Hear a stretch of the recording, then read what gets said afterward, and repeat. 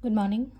Ngasi Nomajing numit ko. Nomajing numit ki card ki message ape ding minera se ado Nomajing numit aham bada number ko number 156 lere aduga kalada na pink kumba kai gumba mai shina bi ko shina bi ko ngasi se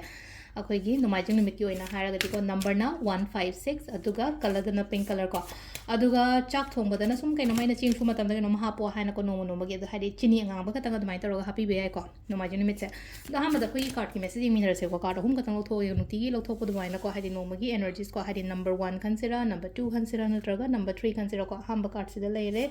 ani shuba card sida leire aduga ahum shuba card sida leire ko hadi first card second card and third card ko first khanba nga yenga se ko hamba nga si yoina kari energies la ke ha bado ko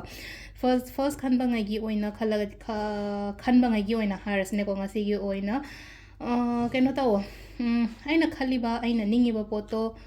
यागनी फंगनी हाइबगी confident अमगा लोइना हाइदि तौबियो को थबक तौ मतम दको थाजना मीना केनो तौबो खोप नतबा हाइदि मीना हाइबो खोप चप नतबा आइना खलिबा पोतो आइना फंगनी हाइना खलगा दुमाइना गुम्बा चपिबो को सिसिना कोगी नंबर 1 खनबंगाई ओइना ओरे को नंबर 2 खनबंगाई गी ओइना सिलाइसे को कोगी 4 of waters and like 4 of water से खतंग इमोशनली करी खतंग डाउन चटप खोप दुमाइना गुम्बा लेको वाखन जेंगा सागी आइना खलिबा आइना निंगे पोतो हाइदि ओइ तबना मरम ओइरगा लेनो खतंग हाइदि को अमदा दुम तावरगा लेबदो अंकल नुआइतबा अमदा अदुदे थोपिरो दे थोपिरागने को अतोपा डायरेक्शंस एंड हाइरसने को सिदा अतोपा डायरेक्शंस हाइबगी आथ्रदि कैनो यागिद्रगसु हाइदि ममांगदि याद्रगसु हंदकदि सोइदना यानिदा हाइबगी अदुगी थाजबा अमा थंबियो को सिदा अदुगा अहुम सुबसिना सिदा लाए को सिदा लाइबा कार्डगी मतुंग इना हाइरगति को सिदा मैसेंजर ऑफ फायर लाइक को सिदा लाइसे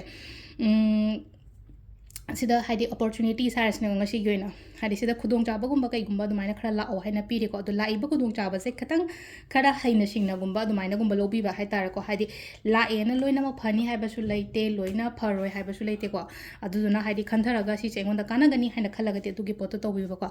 अदुगा टाइमिंग्स ने युकी पुंग तरुक का मिनिट 38 तगिना ट्रामा थोइगा मिनिट अनि फाउंग लेरे को अदगी उम 12 मखाइ तिन तालकिने को 12 मखाइ दिन अमगा मिनिट यांखै मापन फाउंग लेरे अदुगा निथिनगिना मरिगा मिनिट यांखै तरुक तैना मापनगा मिनिट 38 फाउंग लेरे को अदगी अमुंग अहिंग नुंग यागिना 12 गा मिनिट 38 देना पुंग अनि गा मिनिट 5 फाउंग लेरे अदुगा नोंगालमदाइगिना अहुम गा मिनिट 38 तैना 5 गा मिनिट 5 फाउंग लेरे को सिसिना कोइगी ngasi gi oina afaba timing ko adu sida lere koigi daily card message se ma'am thank you